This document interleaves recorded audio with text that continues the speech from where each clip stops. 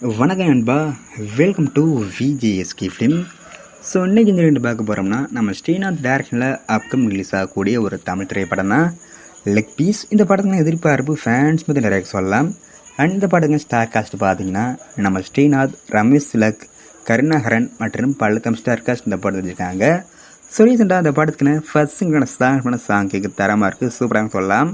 And சாங்க்கான title பார்த்தீங்கன்னா டிகிலாம் வச்சுருக்காங்க. So wait பார்ப்போம் இந்த படம் எந்த ஒருத்தா பண்ண போகிறாங்கன்னு. அண்ட் இந்த படத்தை இப்போ மார்ச் 7 தேட்டர்ஸ் கொடுப்பாங்க.